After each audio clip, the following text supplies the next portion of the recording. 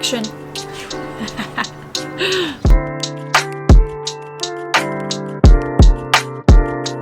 Hello and welcome back to another video. I have been wanting to make this video for a little while now. After I brought out part 1 of this video, and you guys can see that one here, I was reading through the comments and there were so many words where I thought, oh my god, how have I forgotten that word? That is so perfectly Dutch. It so perfectly explains the moment or has that feeling where you just think, yes, Dutch just does it better than English. So here I am making a part 2. I have read through all of the comments, just about. I want to say all of them, but there were a lot. I have read through most of the comments and I've picked out the ones where I thought, yes, that is really on point, that is very, very Dutch, and you would never say that in English. So let's get into the video. Now, the first one that stood out is werk. Werk doesn't really have an English translation. Some of these words do have an English translation, but werk is very Dutch specific. You can also say eens, or it's sort of like enjoy what you're doing. And I remember the first time I heard this, and I had been shopping with a friend of mine in the city, and we left, and as we were walking out the door, she turned around to the shopkeeper and she said, werk. And I remember after we stepped out of the shop, I was like, what did you say? Why would you say werk? And she was like, it's like saying have a good day or like enjoy working, but it's not rude. I think if you were to say that in English, it would sound really sarcastic and people would think that you were being rude, but it's a pleasant way to sort of finish off the transaction and leave the shop. So I really like this one. It is perfectly said in Dutch and we do not have it in English. The next word I want to talk about is gezin. Gezin is like your immediate family. So that's probably how you would say it in English, is immediate family, but no one would use extended family and immediate family to explain a situation. We usually just default to using the word family, and then the context sort of explains who I'm actually talking about, whether that's my immediate family or is it an auntie or an uncle that's been twice removed. So is it familie or is it gezin? Gezin is perfectly said in Dutch. It's a nice word and summary to describe the people that are in your immediate family. So that is another word that Dutch have just nailed. This next word is probably more to describe a concept that you guys have in the Netherlands that we just don't have here in Australia. So the word is antikraak.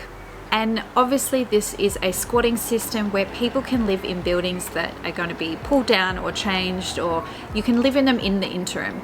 So antikraak is like squatting, that would be like the translation, but we don't have a system where people can legally squat. So it's not been a word that's been adopted into our language and used on a regular, not regular basis, but it's just not used to describe how people live because people don't legally live that way. Antikraak is a fantastic system. I am so amazed that it exists in the Netherlands. It's a fantastic use of space and it fits a lot of people's budgets, especially if you're trying to do it in Amsterdam because the rent is next level.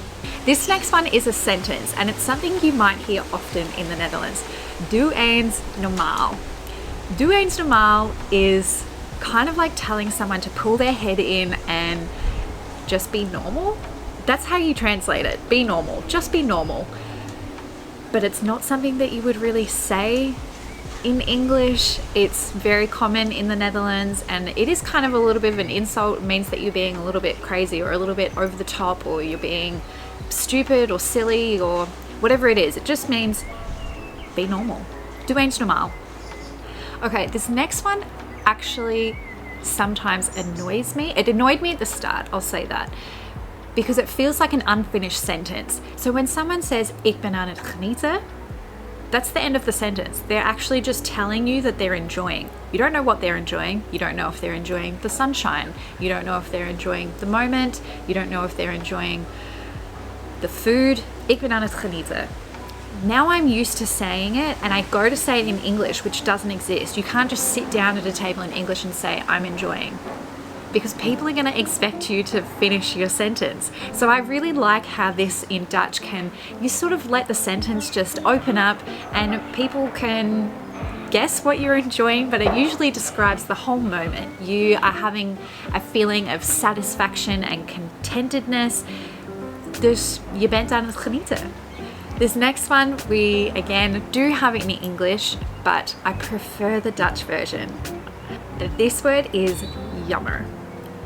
Jammer is like saying bummer in English, and they do sound very, very similar, and I think that's probably why I mix them up a lot. I have been known to say jammer in English, which doesn't quite make sense because yummy means delicious. So I think people are missing the point. They are missing that I'm trying to say, oh, that's a bummer. They think I'm just describing something as delicious. But jammer is how you would say that something was disappointing, I guess. A bummer, it didn't come out the way you thought it was going to come out. Yeah, there's a lot of different scenarios where you can just throw this word in, so it's a good one to know, and I like how it's said in Dutch. Another one that you'll hear very often in the Netherlands is when people are asking you something and they say, hoe dan? Hoe dan is like, how can that be? How is that possible? How did they do that? So there's kind of a lot of different ways that you would say this in English, but in Dutch you just have one way. You just say hoe dan, and it's kind of like that surprise. It has a rising tone. Hoe dan? You're asking a question. How did they do that? So my partner actually says in English a lot, how then, and that's not what you would say in English. It sounds very strange. That's not a combination of words that you'd hear very often, and he does get some strange looks. I know what he's saying because that's the literal translation of what he was trying to say in Dutch, so I get it, but it's just better said in Dutch. You've got a couple of words that paraphrases a lot of different sentences that we would use in English, so I like the way that the Dutch has done this. It's a handy thing to be able to say. Okay, last one is gezellig. It's on so many lists, but I read the comments and a lot of you said that you missed it. How would I translate gezellig? Gezellig is like vibes. I think that's probably, it's not coziness. It's not always being warm or soft, or it's more the feeling of having a good time. And this can be at a party, but it can also just be cuddling on the couch with your partner at the end of a long day. It can be used to describe a range of different things, but it's that vibe of niceness. It's like a vibe. You feel it. You don't do it, you feel it. So gezellig is difficult to translate. We already know that there's no direct English translation, and it's been talked about so many times. There is my translation of the word gezellig. I hope you enjoy it. There are probably hundreds of words that are better said in Dutch than English, so please, if I've missed any from my last list and this list, let me know, because I had so much fun reading through the comments and finding out the words that you really think are super, super Dutch and really awesome to say. If you liked this video, please give it a thumbs up, and if you like learning the Dutch language or watching videos about the Dutch language and culture, then please remember to subscribe, and I will see you guys in the next video. Bye!